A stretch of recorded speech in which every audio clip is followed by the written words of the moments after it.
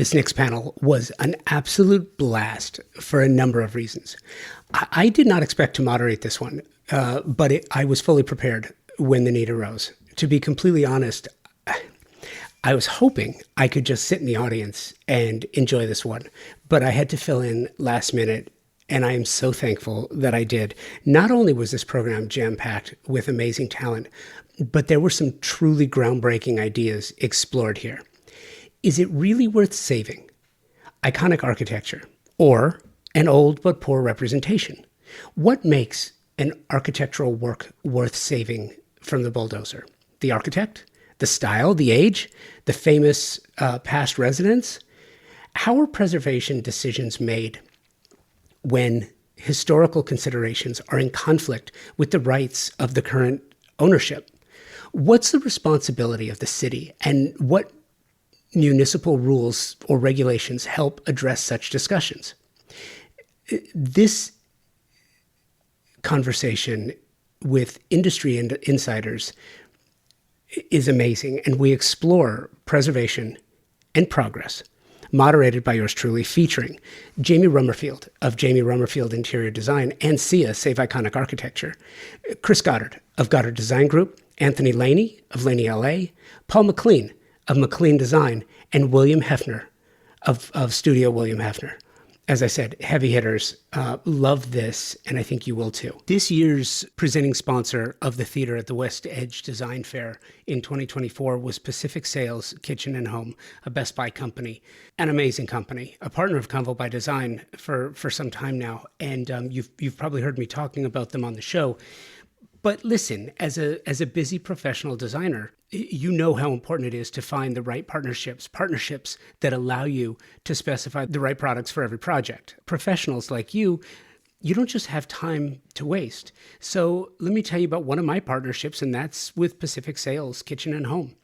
They're here to serve you with expert, knowledgeable, and non-commissioned professionals to help you specify the right product for all your projects.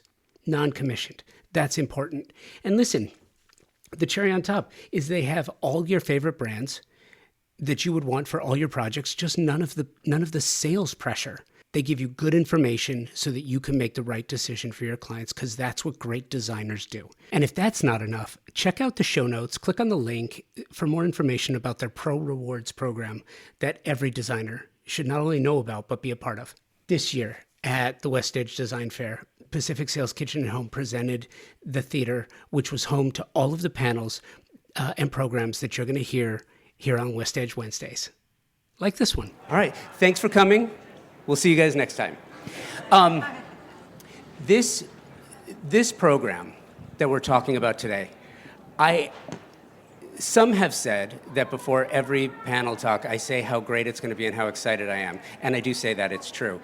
But I don't know that I've ever had the weight of, I got heavy hitters on stage today. I got heavy hitters, and I love that. You have all done such extraordinary work, and we've had conversations about them before. And one of the things that we had each spoken about is this idea that you have creatives and creative individuals who put out such amazing work. And then you have a case where Jamie and I, with 1001 North Roxbury, where we did a program, someone comes in and spends, they have more dollars and cents, and they spend all this money on a property simply to tear it down.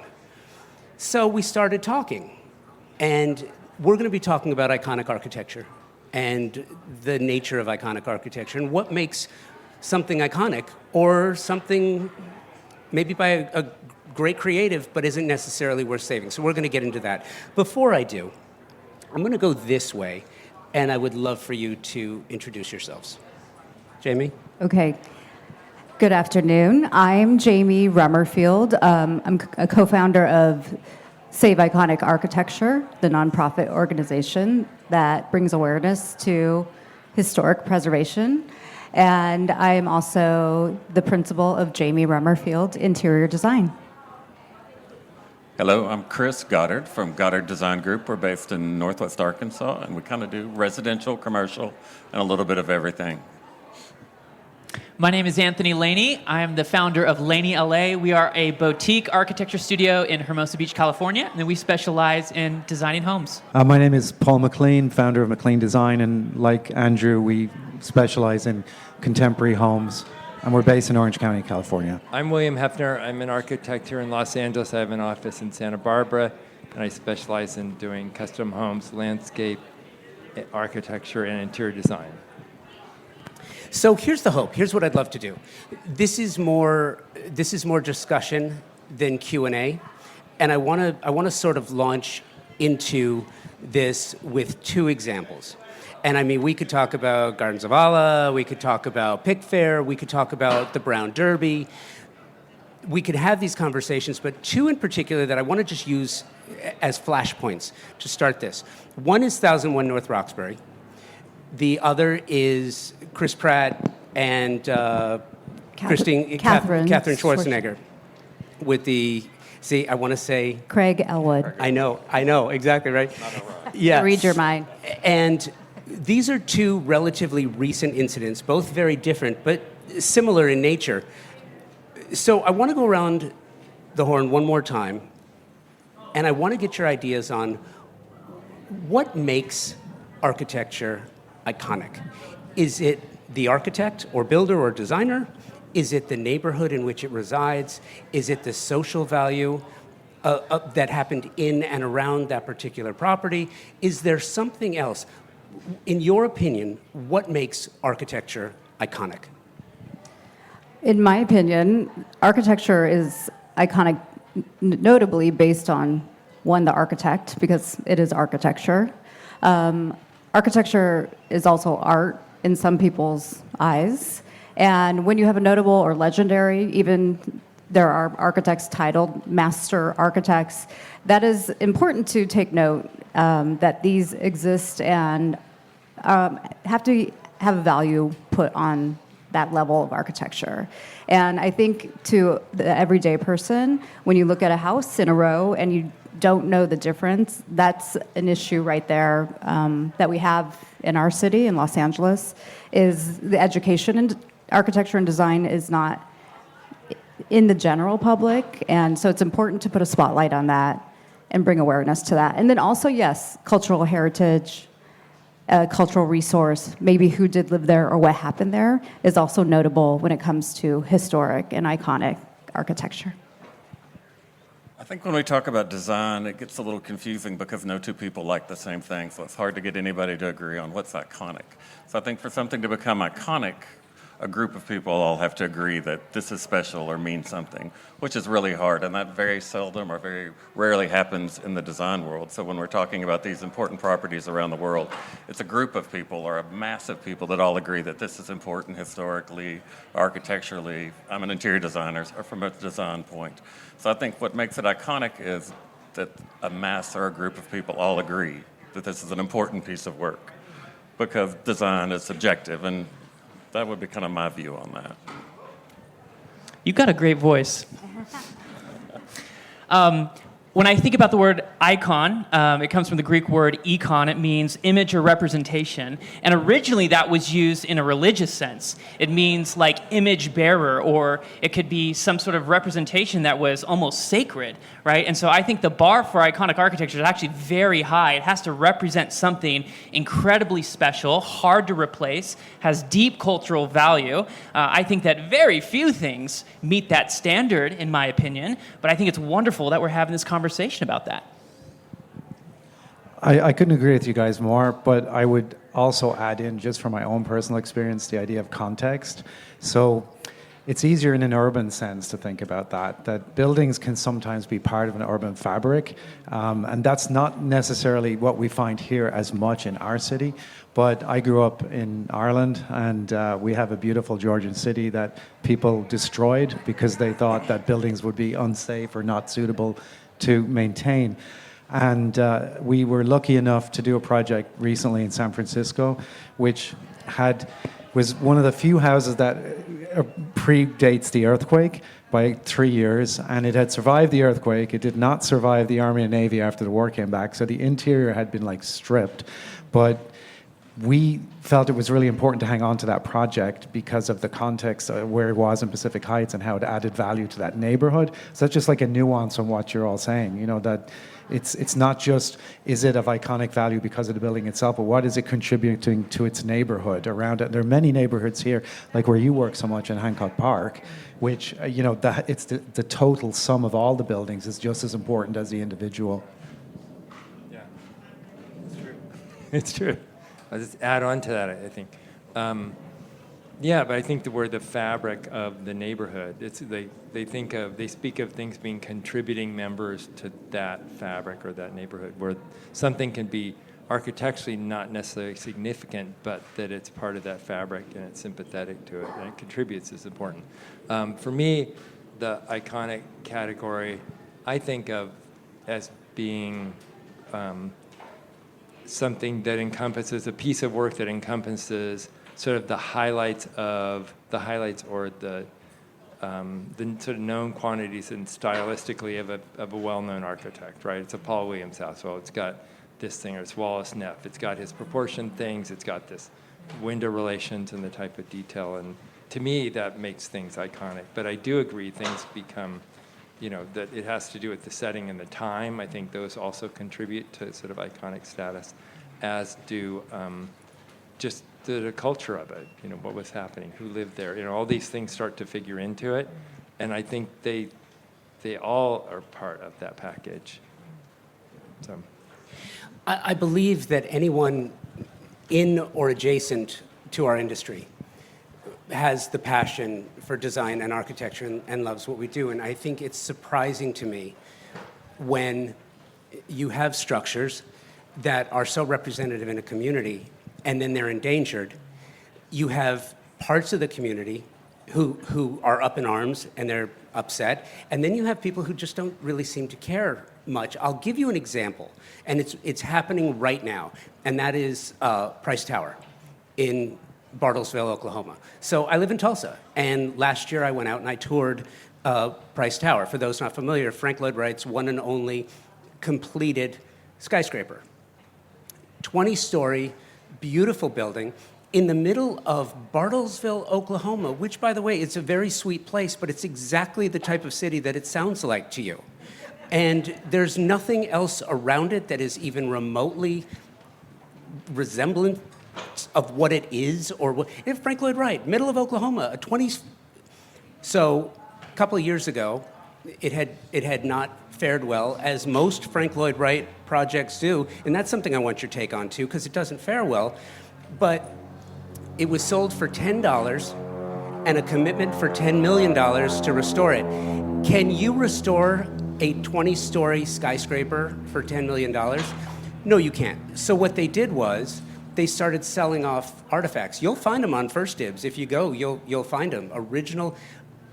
My point is, as creatives, if you do something like that and someone comes in and your work is bastardized, it's taken apart, it's sold off, how does that affect you? I'm just curious, from a creator's perspective, and Paul, I'm going to start with you on this one. How does it affect you do you envision something when you make it like this has the potential to be iconic in the future, or this is a representation of my work, and then when there's the threat, how do you feel about that, and how does that affect you as you envision your legacy? That's a tough question. I mean, first of all, I don't really think of it being iconic. I mean, I'm trying to solve problems as I go, and hopefully maybe one day someone will like one of these houses, or one of my kids will insist that someone hang on to it. I think when I think about projects, though, I really do focus on, I'm an architect, obviously, and so I'm thinking about architecture. I'm talking about the relationship of light and space. So I can see where houses can kind of wear different dresses over time, and you hope that really when it moves on to new owner, you'll get a chance to talk to them, converse, and help them understand what we were trying to achieve.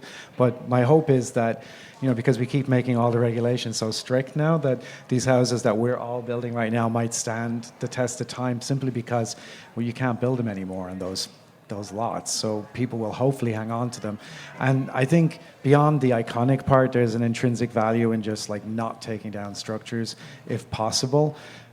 because I think we have to really seriously consider that because of the environmental impact of demolishing things. I mean, although I spend my life designing new houses, you really have to think and weigh carefully if you want to get involved in a project. If there was something of intrinsic value on a lot, I'd rather keep it, and try and work with it as much as possible, versus just like, oh, there's another site, let's just tear it down, do something new. We just have to assess, there's a lot of not great buildings, and we have to acknowledge that, and that doesn't mean that our buildings are really that great, but we can try at least. Jamie, what does it take for you and Ron to get up in arms about a project? When do you get upset, and how do you prioritize? Well, as an interior designer, being in the field often and seeing glorious estates throughout Beverly Hills, Bel Air, throughout Los Angeles, and really a history buff in my own right, I love seeing the vernacular of Los Angeles through different eras. And that's the beauty of the city, is it has so many moments. And even though it's a short history of time, we have world-class architecture and creativity that really defines our city. And so going on a job walk and in Bel Air and seeing a glorious, very old Hollywood estate, and I was so excited to do the project, and the first thing the client said is, we're gonna tear this down. We want to build a Zen garden here and put this, something very different. And I couldn't help myself but just say, you can't tear this down. This is too glorious of an old Bel Air estate, just this colonial style, old Hollywood, just grandeur. And so we didn't work together, but at that moment I thought, who can I call? Is there a design police? Is there to stop this? Like, what do you have to do? And I realized, talking to the LA Conservancy, to the city of Los Angeles, is wow, there really was no recourse in even flagging these type of homes to point out that this is special, and this is a Paul Williams over here, and this is a Wallace Neff, and they are special. And in the city of Los Angeles, we do not have anything flagged like that as far as a preservation program goes. And I was shocked to know that. Our Office of Historic Resources downtown has 2 employees, and they're basically in a reactive mode when I thought, oh, these are just naturally, someone's protecting these. So when you see a Paul Williams or a Richard Neutra, they're most likely not landmarked, which is shocking. And so we realized, wow, this first has to change, but also let's start putting a spotlight on this topic. William, when you think about this topic, and I'm going to go back to the same question I asked Paul about, and by the way, let me ask you this. Is there anything wrong with calling your work iconic? I mean, think about this. As a creative, if you went to Picasso and you said, is your work iconic? He would say, yeah, it's iconic. Of course it is. Many artists would be that way. But for some reason, architects, designers, not so much the same. Why is that? Oh, I see. I think Frank Lloyd Wright wouldn't have had a problem with it either. Yeah, it depends on the size of your ego, maybe, right? I think. But I don't know. I think it's hard. It's hard to have perspective on your own work. I think that to anything you do, sometimes somebody looks at it and they see something in it that you may have thought, but you think it's great that somebody gets it. But I think you don't. Like Paul said, you're sort of heads in the work. You feel like you're solving problems. You're trying to do it in an artistic way, and sometimes you're so close to it, you kind of have no idea. I think that's the excuse for that. Right? Because you're a nice person. Yeah, okay, so maybe. But I do think I have a couple clients that have houses of ours that they feel that way about. And when I look at it, stand back from it, yeah, it does have kind of all these elements, and it's a good house. And, at some point, your work gets defined by a certain aesthetic, and I think it's that aesthetic, if it's good, that over time people appreciate, and it becomes iconic. I don't think it's iconic day one. I think iconic has to stand the test of time. It's like 10, 20, 30, 40 years out. And we try to avoid trendy moves. We try to do, at least my practice, we really try to concentrate on things that are enduring and will create long-term value that way. But I don't know, sometimes you're successful, sometimes you're not, right? It's like, No, that's so true. Anthony, you have chosen probably one of the highest density areas in which to work, which is one of the reasons why I admire the work that you do so much. And I always come back to this, and I'm sorry, but it's kind of like, oh, you want a pool, but you don't have the size for the pool and the house? We'll just build it so that it disappears. Okay, thank you, Anthony. But because of that, how does that relationship with the city and preservation and the nature, and I go into this specifically because knowing how specifically Manhattan Beach is, as far as we want to save the nature of a small town community, of which I would argue that the architecture is part of that, but then you have people coming in because as prices go up, there's this push-pull, and I think that's where the problem comes from. How do you navigate that, and how do you have these conversations at the same time with clients who just want to spend the money, they put the money down? Where are the property owner's rights in this as well? Well, I think there's a process of natural selection, even in art and architecture. And if we're invited to give a proposal on a project, we're going to visit the site. And most of the time, we agree with the premise of the owner. But often, every now and then, they will plan to tear it down, and we will need to help them see a vision for how a significant part of the home can be preserved, whether in structure or sometimes just in narrative and spirit. But other times it is trashy architecture that even though it is wasteful to remove, it creates such a low bar for redevelopment that we do tear it down and build it new. So Josh, you're referring to the fact that most of our homes are in the city of Manhattan Beach, and these are 30 by 90 little shoebox sections, and it's easy to remove and easy to build back. Our goal is to create something that of its own merit would stand the test of time. So I think that's where there's an alignment of our own ambition and the desire to create something that actually lasts. 1/3 of our projects include renovations because we are arguing that there's true creative merit or structural integrity to be preserved. But 2/3 of the project do include, I'm not proud of this, but do include raising the property, going way up and way underground simply because the property values are so high, and that is the right of the private property owner. It's very different in Manhattan Beach than in Hancock Park. It's the Wild West in a sense, in that there's no governing agency that limits their creativity, and that's a good thing and a bad thing in my opinion.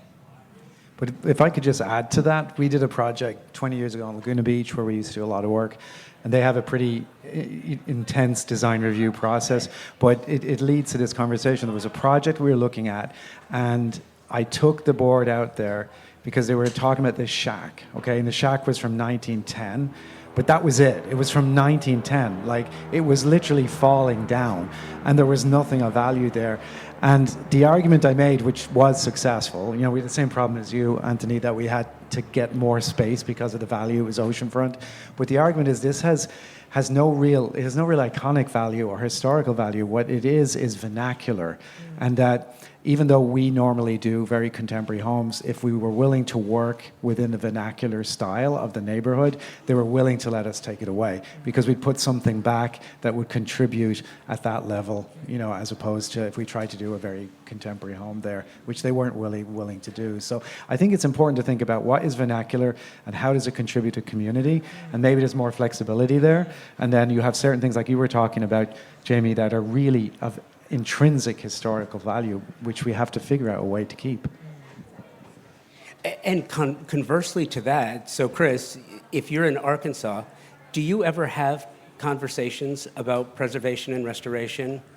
I come from a little different world than y'all do, which is I'm brought in after the property's purchased, so I have to salvage the interior of the house from 30 to 50 years of trends and bad taste. And if it was built in the 50s, it's been renovated in the 70s, 90s, early 2000s. So, you've got everything covering up all the original work. And I'm really fortunate that where I live, we have a huge protege of Frank Lloyd Wright, Fay Jones, and that's mainly we're on our 9th restoration of a Fay Jones house right now, which is really amazing. But if you look back over time, because the way they lived in the 70s and 60s and when these homes were built was so different that the interiors have pretty much been raped, and they are, filled with overstuffed, awful furniture. And my job is to come in and educate them and say, hey, this is what the house looked like. What draw you to this property? Was it the look, the feel, the energy? Do you want to spend the money to take it back to its original form, but make it more comfortable where we use the same? Because Faye, much like Frank, designed all the furniture for the homes. So we think about, how do you want to live in the space? Do you want it to be true to form? Do you want it to be more contemporary? Because a lot of my clients, and much like y'all's, if you're doing a historical property, they're like, I bought it, I can do anything I want. And my argument with that is, well, why did you buy it? Something drew you to this beautiful piece of property. So let's educate ourselves. Let's take a step back and let's look at where the house came from. Do we want to take it back there, but in a more modern way? So most of my job when I attack these projects is education, because people are drawn to this property, and it's usually emotion, because like my age client grew up in the era when these homes were popular. They're beautiful homes, and they don't know why they love it, but when they go in, they want that feeling, but they want it to be modernized. So from an interior point, I have to bring it back up to what it originally was, but make it comfortable and livable to today's standards, because we live so differently now than we did 30, 50, 60, 70 years ago. So when we approach this, that's kind of the way I look at it, is educating my client, which is the biggest part. And it's interesting, too, because you know what, like, seriously, at the end of the day, who cares? I say that, no, Paul, seriously, here's the thing, and here's why I feel this way. I care. But, as I said in the episode about 1001 North Roxbury, when it was demolished, I don't care. And let me explain why. I don't care because I didn't live there. I didn't live in the house. I didn't live down the street. I didn't walk my dog past the property. I don't have any stake in that particular neighborhood. But I feel, and I empathize, and I hurt for the community, because I recorded the commission hearing, the city council meeting. And I'm telling you, if you have a chance, go listen to this episode, because I heard a very well-paid attorney take down the city of Beverly Hills in 15 minutes. He demolished them. I don't know if you heard it or if you saw it, but he demolished them. In 15 minutes, he took every reason that they had for preservation, took them apart one by one, and at the end, the city council was drooling on themselves and babbling over themselves, and they had no recourse. I was stunned by that.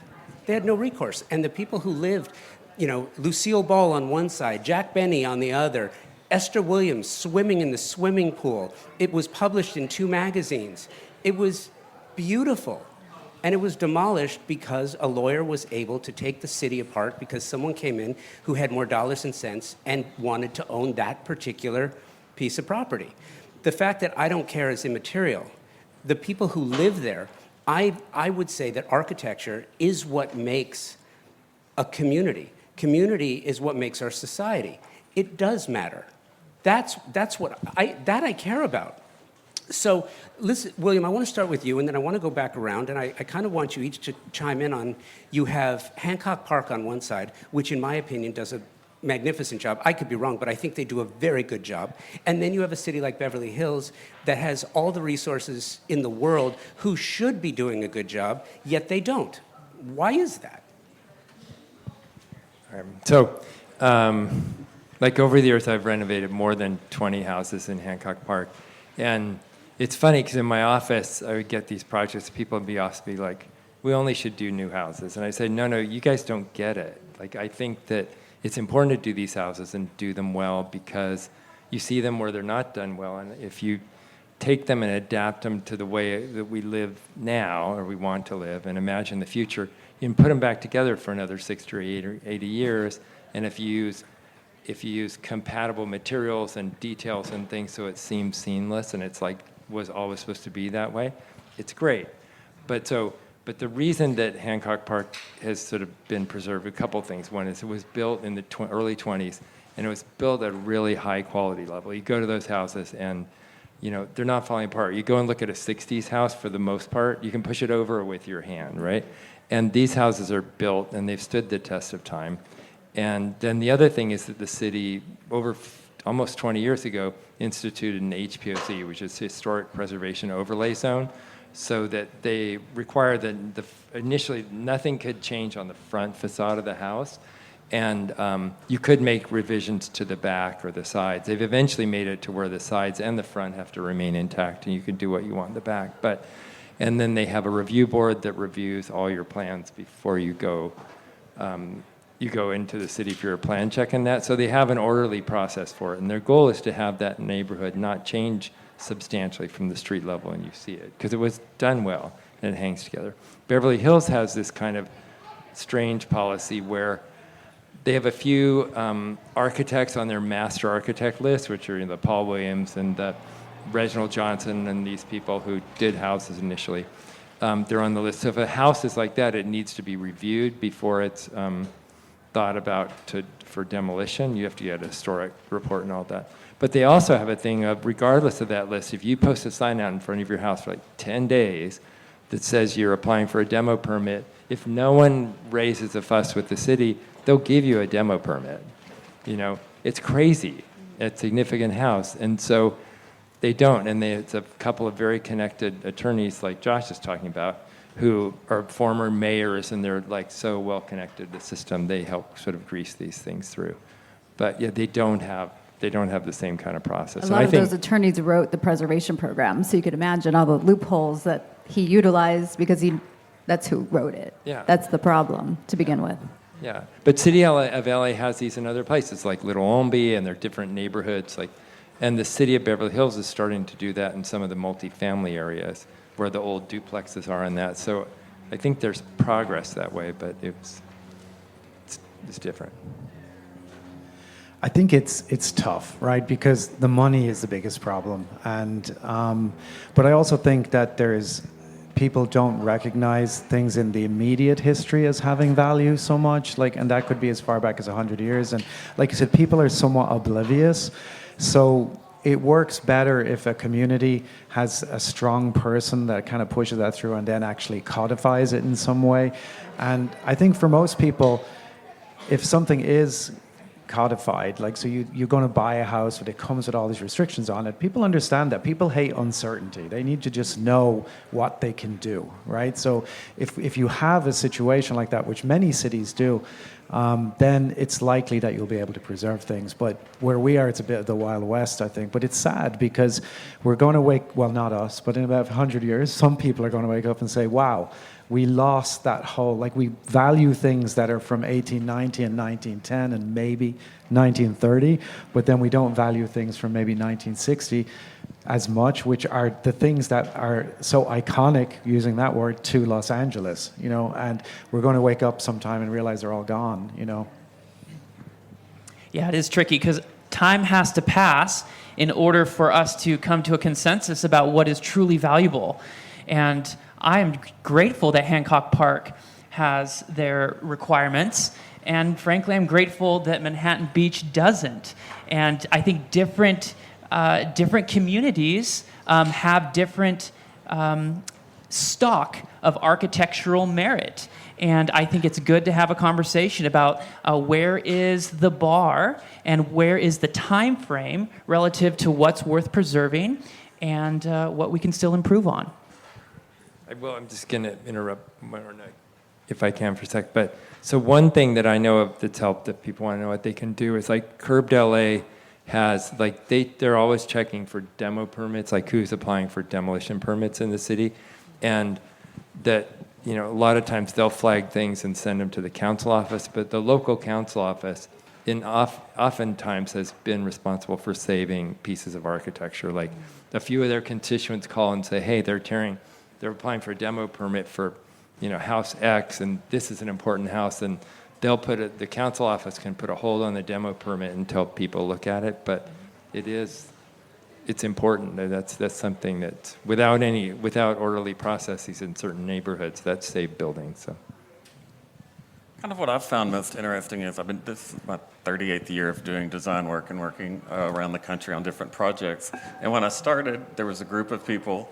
And I think it's generational on what people find important in architecture and design, because my older clients, when I first started, it was a certain style of architecture. And then 10 to 15 years later, it was a different style. And now my clients are all into mid-century. So I think it fluctuates. And the problem with a lot of these architectural boards are it's a lot of older people, and it's hard to get young, and I hate to use this word young people because I sound like my freaking grandmother, but getting younger people involved on these boards and getting them excited about architecture and design is really hard. And a lot of these boards are people in their 60s and 70s or 80s that have a lot of free time and want to control and micromanage and aren't current on what style, what's trending, what's important, because they're still stuck 30 to 40 years ago and what they think is important in design. They still think tinned food is a good thing. Yes, and it's a constant battle, in doing these projects and trying to get, again, this horrible word, young people, engaged and excited and wanting to get involved on these committees and understanding the importance of what needs to be preserved and what's not. I mean, I think the word iconic is horribly overused, but I think, again, it goes back to what I talked about earlier, is just education and getting people engaged in this conversation like we're having today. And I think, Josh, I'm going to disagree with you too, because when you say it doesn't affect you or you don't care because it's not affecting you or your neighborhood, this is Los Angeles, and this is why we're here. You would not even have Convo by design if we didn't have architecture that was notably recognized throughout our city, right? That we could talk about and be inspired by. And so with that, 1001 North Roxbury, it was special because it was a story. It was everyone's favorite house in Beverly Hills. And do you know the Preservation Commission in Beverly Hills, do we know when this started? Does anyone know? It was 2012. They did not even have a preservation organization or commission until 2012. And those loose and wobbly laws that were written were just the first attempt in conservation preservation efforts. And yes, attorneys or anyone, they use that to their advantage all the time because these are such small commissions that have no funding and really don't have the support yet. But that's a good way to get involved, is to support our council members and the advocacy for preservation. It's such a small topic when it comes to civic tasks in our city. Same with City of Los Angeles. So same with Curbed LA and call to actions. We, with Save Iconic Architecture, when we hear of a demo of something important, we really bring awareness to it as well. And one example is Marilyn Monroe's house. And we saw that there was a demolition permit for it. And it is a historic resource. And not that it's the most iconic architecturally, but she is an icon. And this goes into cultural history of Hollywood. And we got inundated with people saying, please save Marilyn Monroe's house. And so that is the only thing you can do is contact the mayor or that city's jurisdiction council member. And that was Tracy Park in Brentwood's jurisdiction. And we posted her phone number and her email address, is that if you want to save Marilyn Monroe's house, this is what you do. And it was just a call to action, but it really is, people don't know. And it went viral and global, and it was a big group effort with the Conservancy and many other coalitions. And her house was saved. Tracy Park stopped the demolition, and it saved her house. And we still have that cultural icon here today in Los Angeles. And we've done it. We saved the Standard Hotel building on Sunset Boulevard.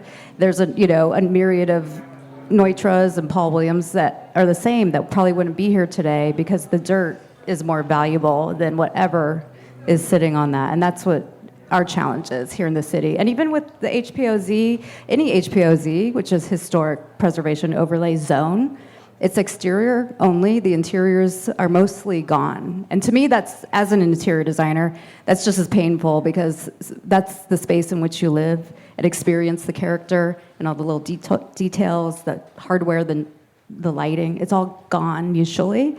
So I think noting it does affect us all, and to care is important because it shapes us who we are as designers and creatives and architects, whether we know it or not. And that is a great point. And I think saying one doesn't care is a bit provocative, fully intended. But I also had a conversation which has sort of informed the way I think about this, and I want your take on this too. When I spoke to Erin Elwood, Craig Elwood's daughter, you know, when Chris Pratt and Katherine Schwarzenegger tore this thing down, you were there, you saw it, people got up in arms. So I reached out to her and I said, hey, can we talk? And we recorded an episode of the show, and she was like, look, it wasn't my dad's best work. It wasn't. Yes, it was a Craig Elwood, but it wasn't his best work. It wasn't that great. And if he was alive, he would probably tell you the same thing. And for me... So let's just knock it down. Huh? So let's just knock it down? No. I disagree, so yeah, again. No, and listen, by the way... So there's good Picassos, bad Picassos. I didn't plan best on the work. duel, but I'll accept it and go with it. I love that. That's why I love you, Jamie. I really do. I appreciate that. And I think, look, this is the importance. This is why we're having this conversation. This is the very reason why we're having the conversation. And I will just preface it. I can't preface it at this point, but I'll say, when Aaron said, you know, it's not my dad's best work, he would say the same thing. Then we get back to owners' rights and the value of community. And I think we have to be able to fairly step back and take our emotions out of it, because people got crazy over that. I mean, it made the news, it made everything. It was negligence. The whole topic was sheer negligence. They didn't even know it was a Craig Elwood, sadly. So it's about information and education, I feel. So. And I think that that what I think people are saying beyond it, something doesn't have to be iconic to be preserved. Like that's not, to me, that's not the bar to preserve something. There are lots of, you know, it can be really good architecture. It can be a nice piece by this architect. I think if you look at an architect's work over their lifetime, not every one of those works is iconic, but I think that still they're worthy of preservation. I think I told you when we spoke before, I had Charles Moore as a professor at UCLA when I went there, and he said, he was talking one day about Schindler, and somebody said, what do you like about Schindler so much? He said, he was inconsistent. And he said, and you know, it's this notion that not everybody does their best work on every day, right? But the fact that you can appreciate those aspects that are different or inconsistent about it. And so I think a lot of these things all contribute to understanding the work of that architect, and in that way, you know, they're unusual. Even sort of a quote unquote not as good Craig Elwood is still a Craig Elwood in thinking and the way it's done. So I think things don't have to be iconic to be worthy of preservation. So This is going to get fun. I'm just telling you right now. How much time do you have? So Craig Elwood story. I want to hear your Craig Elwood story. Yes. So a very serendipitous event happened. I got invited to go preview the Hunt House, which is a really famous Craig Elwood house in Malibu. And this couple had saved it from a developer who was going to tear it down and build, you know, one of those hideous McMansions in Malibu. And they spent 3 years putting it back exactly the way it was, to its original form, down to rewiring, replating all the plumbing. They even found all the original furniture because it had been warehoused, which I thought was fascinating, and had restored it to perfection, like you were walking into history. And you could actually feel the importance of the house and the architecture and the setting. And when they're telling you the story of this house, which this is a plug for my friend, but Peter Blake, who has this gallery in Laguna, for a month you can actually go see this house. And it's open. You can go to Eventbrite. Today is the first day. I got to go to the preview last night, and you can go on and buy, it's free, so you can get a ticket and go preview this fabulous piece of history in Malibu. I think it's running for like a month, but it's kind of a must-see to understand the importance of great design and great architecture, because it's 1,400 square feet, but it lives like 4,000 because of the light and space. It made me really appreciate the importance of his work. And when you were bringing up this topic, I thought, well, this is a really interesting time to do that. But to see that, it helps you understand, and not being a California native and not being super familiar with his work, I got it. I was like, okay, well, now I see what the uproar was, because it's something about it that everybody needs to experience. Because when you walk into this space, you're just transcended into another environment. It's just the way the rooms glow, the way the light is used, and you really appreciate the work and how important his work was.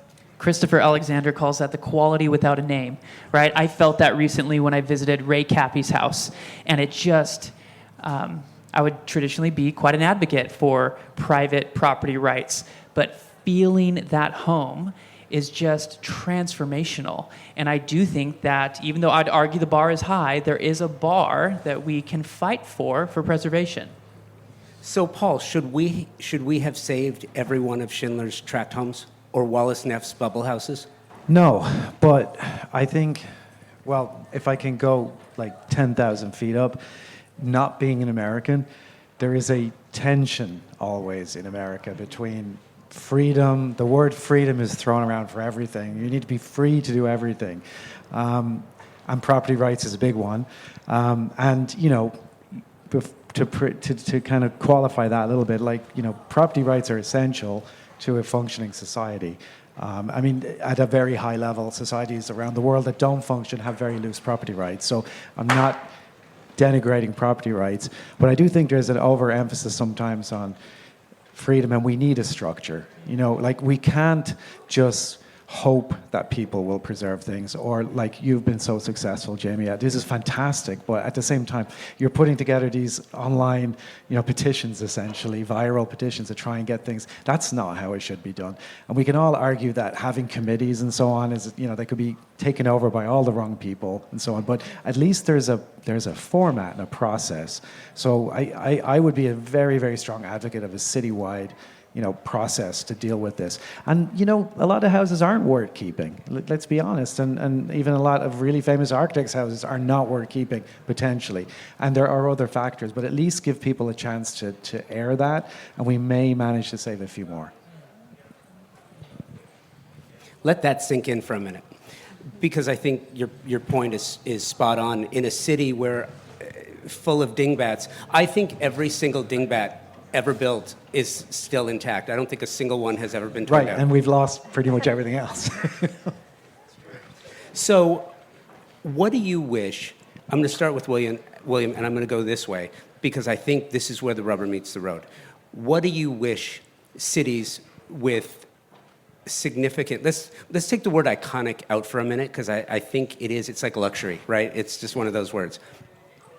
But with significant works by significant architects and designers, what do you wish that cities would do, municipalities would do, to at least establish a workable framework for saving properties worth saving?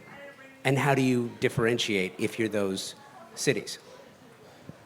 I think, like Paul suggested, you know, having an orderly process for review that way. Like in Santa Barbara, projects that we do up in Santa Barbara County, you need anything that's 50 years old or older, you need a historic report about before you can tear it down. And that may not catch everything that we think is significant, but they do have that process. It's just, you know, you apply first for your first part of the planning, you put in your historic report about it. But something where somebody steps back and looks at it and says, okay, we'll give you the historic sign-up. We agree this is not significant, right? Very simple process, I think. And, you know, they can have a list of important architects if things are less than some threshold year-wise, but I just think having a process that's not discretionary in terms of, or not irregularly enforced, right? Because at the moment it's sort of random in the city of Los Angeles, in most neighborhoods, or Beverly Hills, as we said, and maybe other cities, but I think that's the most important thing. So. Yeah, obviously I agree with William 100%. I think that's where you start.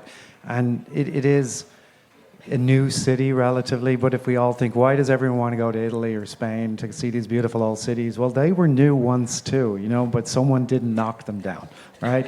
And this city is iconic in so many ways for so many people around the world. And, you know, much as I actually think Marilyn Monroe's house has no architectural intrinsic value, but for a lot of people, it has real value because she was there, and she is a real icon as opposed to a lot of the houses we're talking about, right?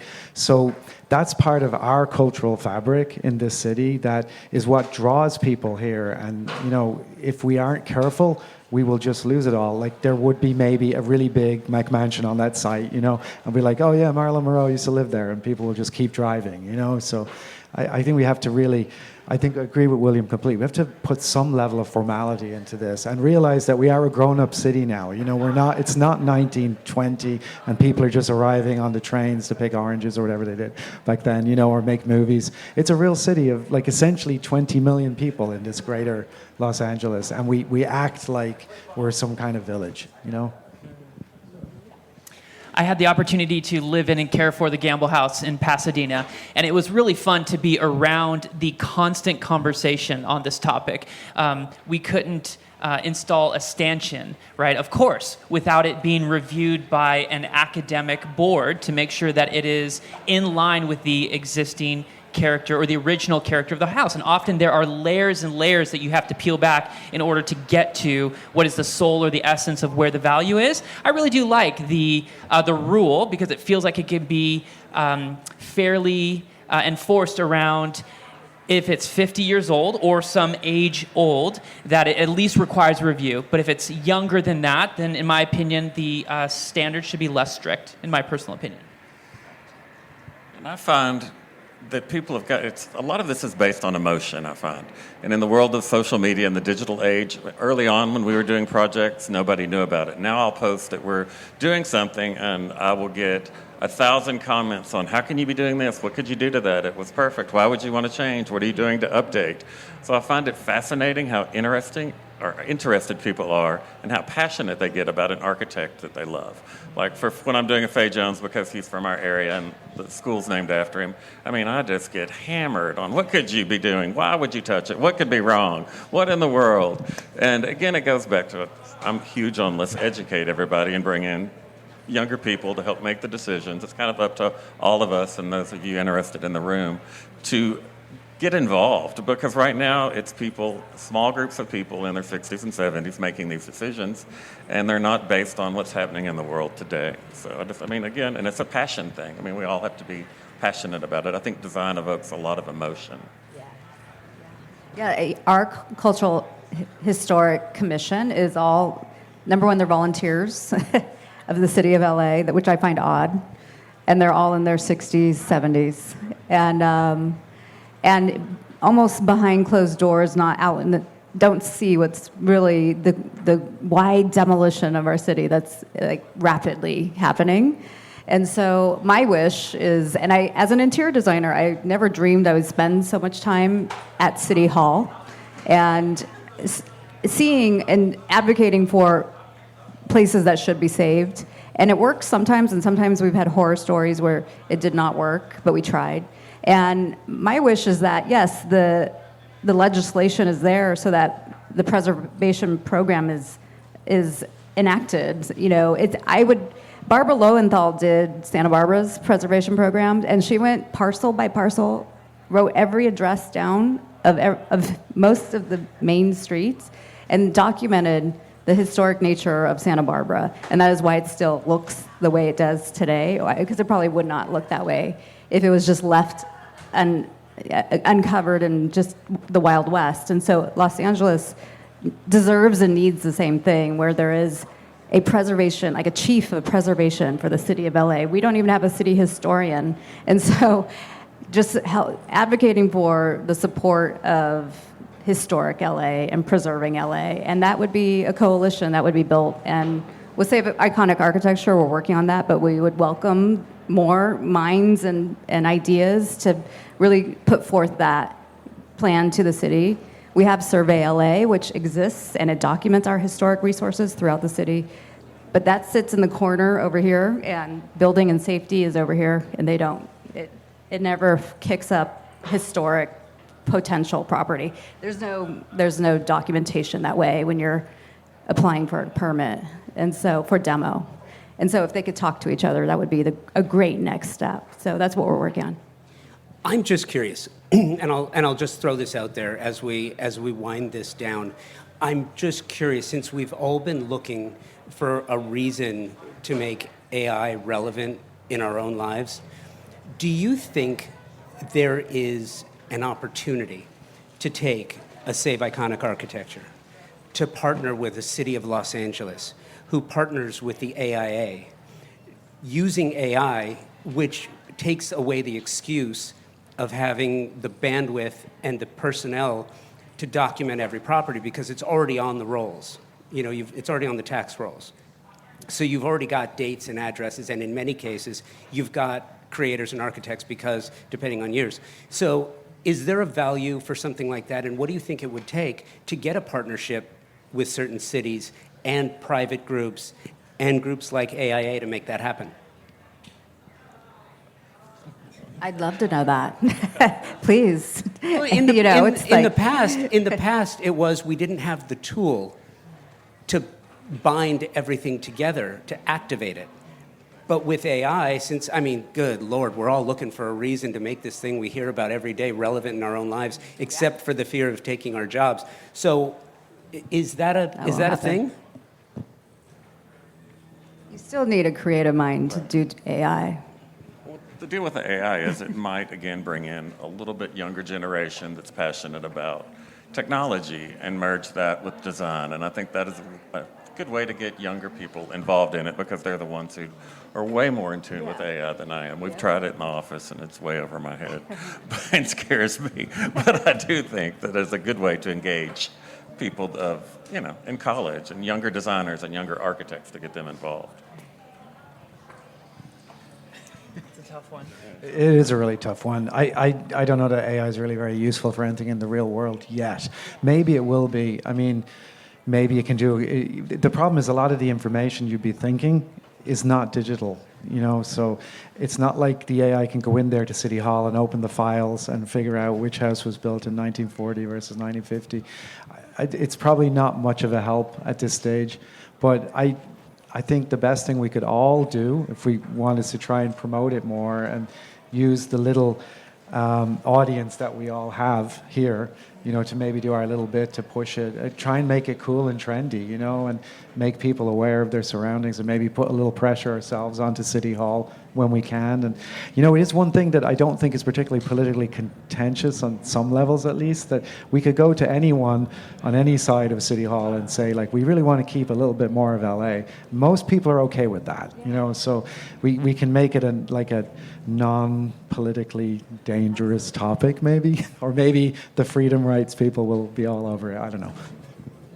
No, the city's very supportive. They're just like, can you raise money for this? And I find that shocking that come on, city, LA deserves better. And as these discussions happen, we just keep losing more and more notable structures. So, and once those buildings are lost, the stories are gone forever as well. So it is a hot topic. Even in the last 10 years, we've lost a lot. William, final thoughts? You get the final word. I can't speak to AI too much because I kind of agree. A lot of this stuff isn't digital. You want to find out the original architect on something. Sometimes you have to go through the microfiche to find the original building permit card, which is all hand scribbled and that kind of thing. So it's hard to find. But I do think that I encounter more people in the LA, and I think it just takes more of an outreach who have bought a home. We have some people we just started working with who have a Paul Williams Spanish house in Bel Air, right? They're so proud of this house, and I think that there's more publicity about old architecture, and I know some friends who bought a Schindler and this kind of thing. So it's these become sort of name brand things to people, which is good. And if more and more people appreciate that, they appreciate what they found, right? So if there's just more visibility. I know in the past, the LA Conservancy was pretty visible, but pretty outspoken about a lot of things. I feel either I'm not tuned into their feed so much, I don't hear so much from them, but I think you just make it prestigious to own one of these houses. That's kind of what it is. Like you're saying, this one that you went into, it just had all the sparkle back and was beautiful. It just, more and more people need to aspire to do that. So, because I think it's a luxury to have that kind of timeless artifact, more than a sort of big new house, right? If we just kind of make that the status symbol, the new status symbol, right? I think our problem in our city is that most of our heritage is residential, and it's behind gates and behind trees and so on. If we're all driving sitting on a bus, going by it every day, we'd have a little more connection to it. So it's a little harder to get people off. But I think you're right. Your instinct is completely right. That's how you do it. You just got to get them out there. And for those who are wondering, microfiche is something that you can find at the library. The old days, right? This was amazing. At the risk of sounding defensive, I really do care because I love architecture, I love design, I love the stories behind architecture and design. I love what you do. And I think that that's extraordinary. I think that's why we're all here, right? Because we love what they do and we love this industry. And this is one of what I hope are many conversations that lead to making our industry stronger and making it better. And with that, I cannot tell you how appreciative I am for you joining me on stage today to have this conversation. And I'm incredibly grateful that y'all took the time to come out. We've covered a lot here. Thank you, Julie Beuerlein, for designing an extraordinary space from which to have these conversations. Thank you, Pacific Sales Kitchen and Home, for presenting the WestEdge Theater. Thank you to all of our incredible speakers, panel sponsors like MTech and TimberTech, and of course, our amazing audience who came out, took notes, asked great questions, and provided an incredible energy for these conversations. Enjoy them. Make sure you subscribe to the podcast so you receive all of them, the full panel talks, to your feed the moment they're published. And we'll see you in November at the Barker Hangar for the 2025 edition of the WestEdge Design Fair.